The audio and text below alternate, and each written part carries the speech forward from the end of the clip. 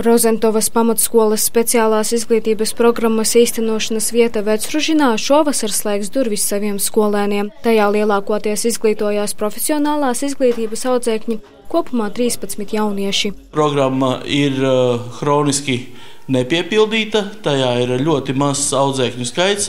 Turklāt mūsu pašvaldība, mūsu skola bieži risinājām citu pašvaldību problēmu, jo bērni 5-7 programmā visbiežāk ir problemātiski. Bērni no mūsu pašvaldības ir vai 7 vai 8 tikai, līdz ar to veselu izglītības programmu īstenošanas vietu nav izdevīgi turēt.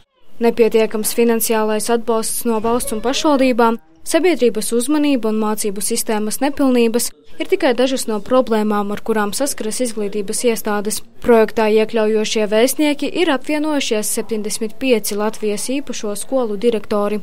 2 gadu garumā izstrādāta īpaša rezolūcija, kurā apkopoti steidzami darāmie darbi. Veicināt sabiedrības izglītošanu, dokumentāciju sakārtošanu, absolventu iekļaušanu darba tirgū.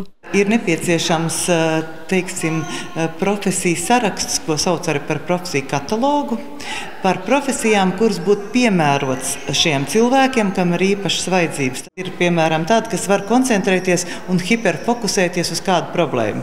Piemēram, ja viņš strādātu krimināla policijā, tad viņš var ilgi datorā skatīties. Arī 8 stundas viņš spēja hiperfokusēties. Tie bērni, kam ir diezgan smaga vai vidēji smaga garīga atpalicība, viņi var darīt vienveidīgu darbu, kur ir darbība automatizācija. Skolu direktorus uztrauc arī izglītības reforma, kas paredz audzēkņu pāreju uz vispārējām izglītības programmām. Viņi uzsver, ka skolas bērniem ar īpašām vajadzībām ir neaizstājamas un tām ir jābūt.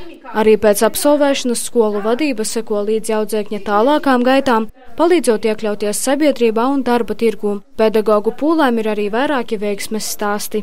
Ja ir nodrošināta droša vide, ja bērns ir pasargāts no emocionālās vai fiziskās vardarbības vispārējā masu skolā, tad protams, ka varētu būt arī labs risinājums par šo iekļaušanu. Ir vēl arī, protams, tas jautājums, cik ļoti